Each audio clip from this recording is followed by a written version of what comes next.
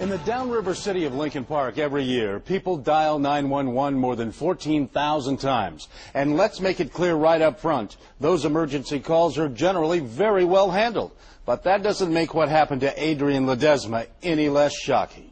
I was really scared because, it's my dad, and he fell.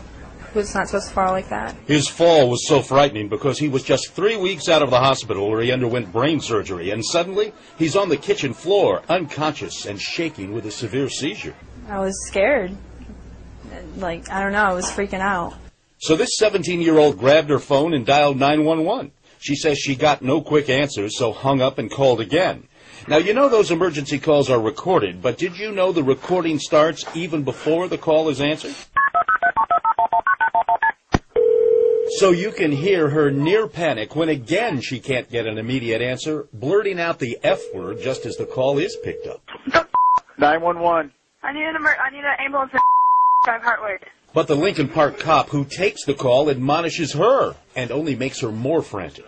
Well, okay, first of all, you don't need to swear over 911. Okay. And slow down. Ambulance.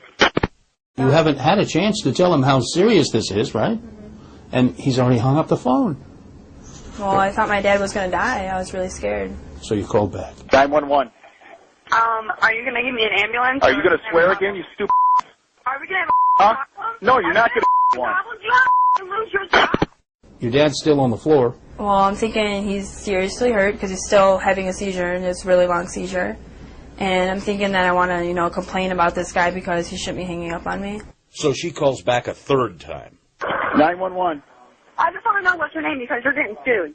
Good. What is it? Good. Good for you, because you're a buffoon. After wasting more than 6 minutes, the cop finally called the rescue squad.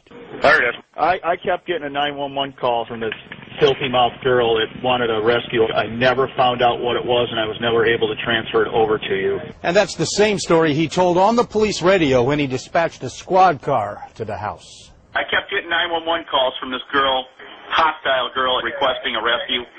No idea what it's for.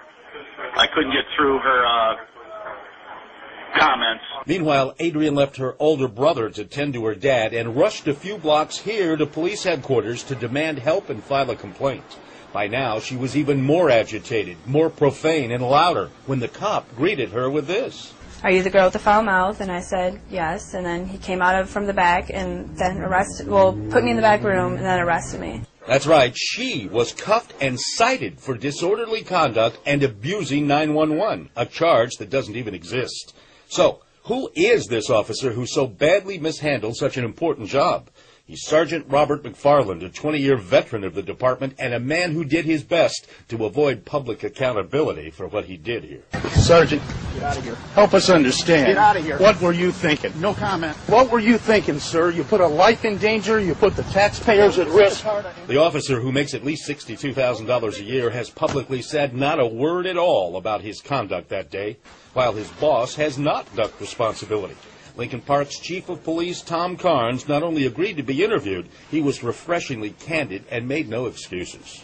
It's not the station's finest moment, I'll tell you that. The chief frankly admits, my guy screwed up on this.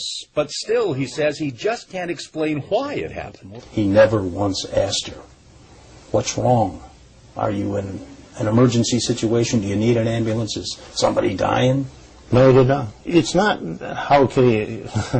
Obviously, something happened there, something that is totally out of his character. In fact, my review of Sergeant McFarland's record shows several commendations as a Lincoln Park officer. He's repeatedly received positive performance evaluations and not a single disciplinary action against him ever before. Anybody who finds their dad like that's going to be panicking, So I think they're trained to know that people are going to be freaking out when they call. I wouldn't feel bad if he got suspended, maybe fired. Is it 30 days suspension? Would that be enough? I think it may be something where he will lose time over, and he will have training, but he'll have his job. Yes. Well, since my visit with the chief, we've learned he's decided to suspend the sergeant without pay for 2 weeks and send him for some additional training. Meanwhile, the girl and her dad, who is home recovering, have an attorney, and they're talking settlement with the city. Steve Wilson, Channel 7 Action.